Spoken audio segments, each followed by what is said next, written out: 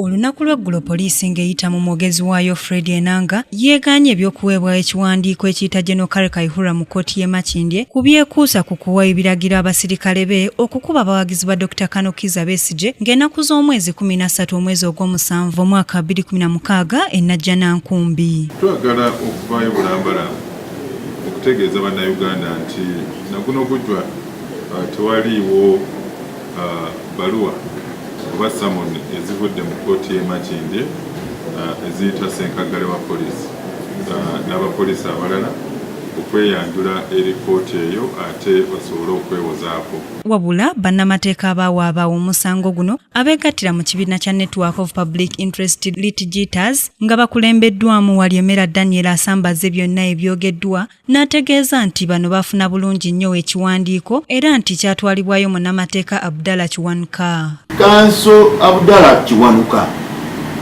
yasituka n'empapula ezo n'ava criminal summons ezo n'ava e Katwe Divisional Police Headquarters n'ayolekerawa e Naguru Police Headquarters.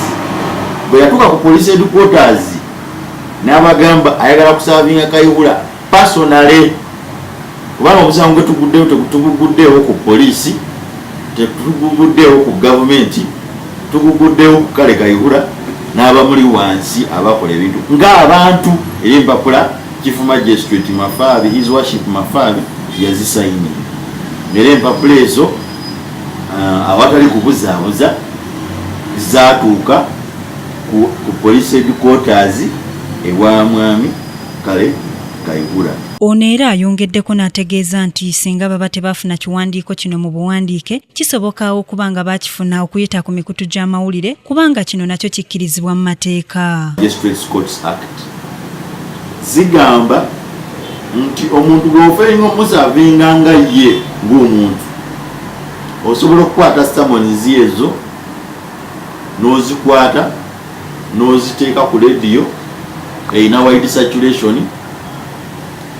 kubanga abantu bali okusamoninga batambula nnyo bali national oba osobola ozikwata n'oziteeka mu mawulire agayina national circulation era ne mawulire nga bwe bapublishinze studio era tebanakitegeera nti e Makindye waliyo omusango obanga oli muntu ali vigilant omuntu ali reasonable omuntu ali responsible owulira nti wadde nga summons zennyini tonnazifuna naye bw'owulira nti omuntu akuguddeko omusango mu kkooti osobola kgenda ng'alina ng'omanyi kkooti gye bali okwogerako mu Makindye kkooti osobola kgenda e Makindye n'oweebuuzaako nti naye mu registry muno waliwo omusango banziguddeko. Walyemera era wano wasinzidde n'ategeeza nga Enanga bw'atabulatabula ebintu kubanga bo bawawaabira Kayihura ng'omuntu so si poliisi. Enanga kyakoze that is abuse of office kubanga ffe Enanga office gyatuddemu ffe tumugulira uniform ffe tumuwa omusaala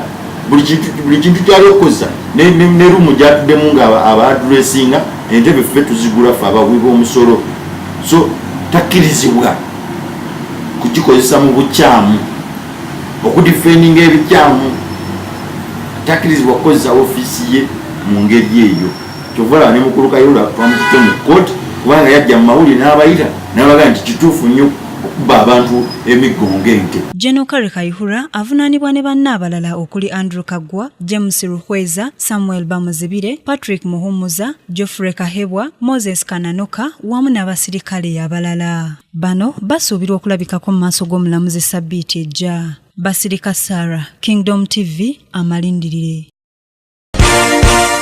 This is Kingdom TV.